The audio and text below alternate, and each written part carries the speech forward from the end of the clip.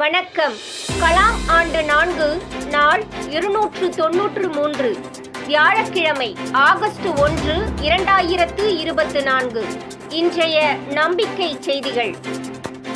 மாணவர் சக்தியை நாட்டின் வளர்ச்சிக்கு பயன்படுத்த முடியும். நாமக்கல் சர்வம் டிரஸ்ட்.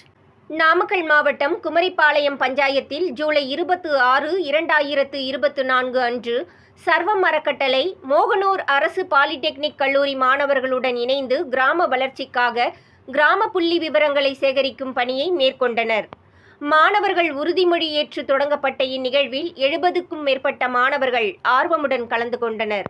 மேலும் இந்நிகழ்வில் சர்வம் அறக்கட்டளை குழுவினர், பஞ்சாயத்து தலைவர், கிராம மக்கள் என அனைவரும் கலந்து கொண்டதாக நல்லூர் வட்டம் நாமக்கல் மாவட்ட பொறுப்பாளர் திருமதி ரம்யா தெரிவித்தார்.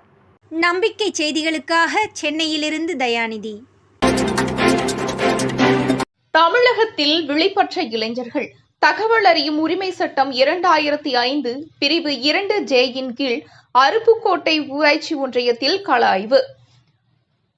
அருப்புக்கோட்டை ஊராட்சி ஒன்றியம் கட்டாங்குடி ஊராட்சியில் தகவல் அறியும் உரிமை சட்டம் பயிற்சி பெற்ற இளைஞர் கந்தசாமி அனைத்து பதிவேடுகளையும் கோப்புகளையும் ஜூலை 27 அன்று காலை 10 மணி முதல் மாலை 5 மணி வரை பார்வையிட்டு நகலும் எடுத்துக்கொண்டார்.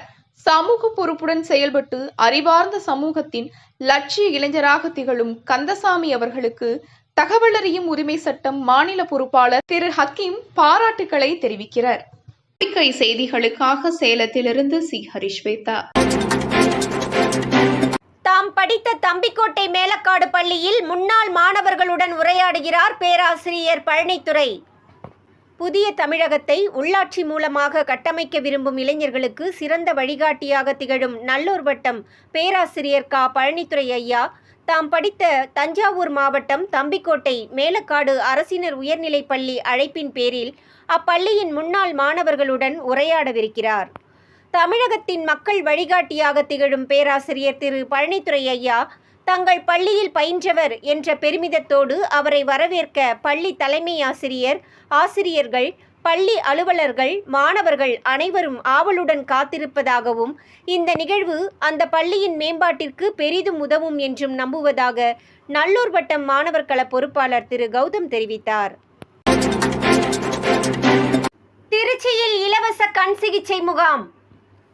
Life zone of BHEL Trichy சார்பாக திருச்சியில் ஜூலை 31, 2024 நேற்று இலவச கண் பரிசோதனை முகாம் நடைபெற்றது. இம்முகாமில் சுமார் 2000 அரசு கலைக்கல்லூரி மாணவ மாணவிகள் மற்றும் பேராசிரியர்கள் கலந்து கொண்டு பயனடைந்தார்கள். 80 நபர்களுக்கு கண்ணாடியும் 10 நபர்களுக்கு சிகிச்சைக்கும் பரிந்துரைக்கப்பட்டது. 25 நபர்கள் கண்தானம் செய்ய விருப்பம் தெரிவித்திருப்பதாக லைஃப் ஜோன் ஆஃப் பெல் ஒருங்கிணைப்பாளர் திரு பூபாலன் தெரிவித்தார். நம்பிக்கை செய்திகளுக்காக சென்னையிலிருந்து தயாநிதி.